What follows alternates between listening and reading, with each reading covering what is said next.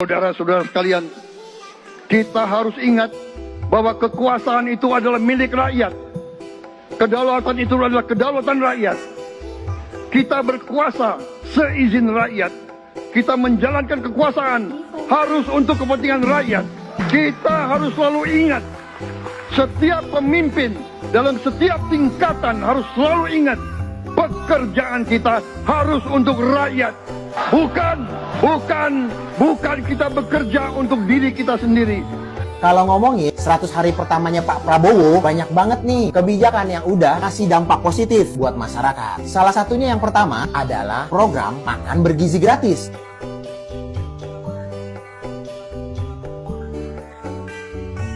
Selain itu, ada naikan UMP 6,5% yang jadi angin segar nih buat para pekerja. Dan pastinya ngebantu banget nih. Ini juga jadi bentuk perhatian pemerintah untuk mensejahterakan rakyat.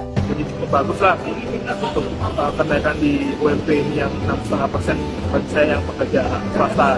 Kenaikan upah guru dan ASN juga tidak kalah penting. Apresiasi tentang kenaikan gaji ini layak banget buat mereka. Jadi saya selaku guru di sini senang ketika Presiden memberikan suatu penghargaan yang menurut saya itu sebagai guru di SMK ataupun di SMA di Indonesia.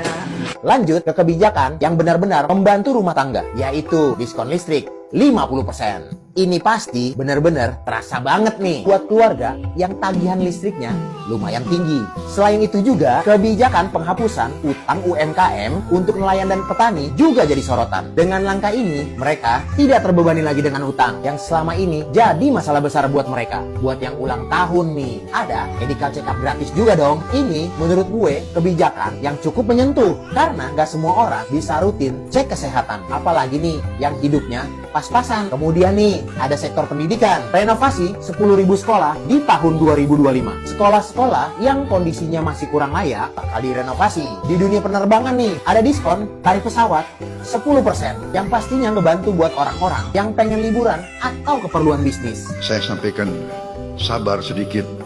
Anda sudah hitung berapa koruptor yang sudah ditangkap. Pemerintah juga serius banget untuk memberantas korupsi. Banyak koruptor yang udah diciduk sejak Pak Prabowo jadi presiden. Di kancah internasional ada juga nih pencapaian besarnya, yaitu Indonesia menang lawan WTO. Merupakan bukti bahwa negara Indonesia kita bisa fight dan kita bisa menang. Ini jadi bukti banget kalau Indonesia nggak cuma ikut arus. Dari sisi ekonomi, ada kebijakan kenaikan PPN 1% untuk barang dan jasa mewah. Kenaikan tarif PPN dari 11% menjadi 12% hanya dikenakan terhadap barang dan jasa mewah.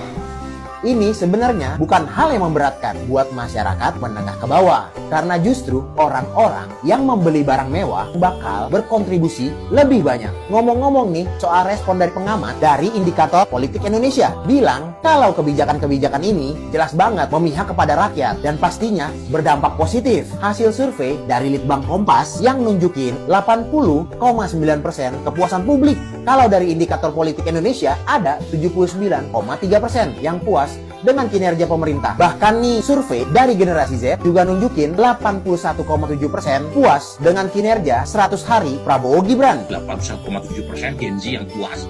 Sementara dari kelompok baby boomers yang puas 73,4%. Dan ada juga yang menyebut sering memberi bantuan. Program makan bergizi gratis membawa perubahan. Artinya, masyarakat memang merasakan perubahan positif yang sangat nyata. Jadi nih, meskipun baru 100 hari, Presiden Prabowo udah ngunjukin kalau dia serius banget buat bawa Indonesia ke arah yang lebih baik. Saudara-saudara, pemimpin yang berani, pemimpin yang baik akan terpanggil untuk menghadapi yang tidak mungkin dan mencari jalan agar yang tidak mungkin kita atasi. Bangsa yang berani adalah bangsa yang bisa bikin yang tidak mungkin menjadi mungkin. Menurut survei Litbang Kompas, Partai Gerindra meraih tingkat kepuasan publik tertinggi dan citra paling positif bro. Itu juga adalah dampak langsung dari kepemimpinan Pak Prabowo.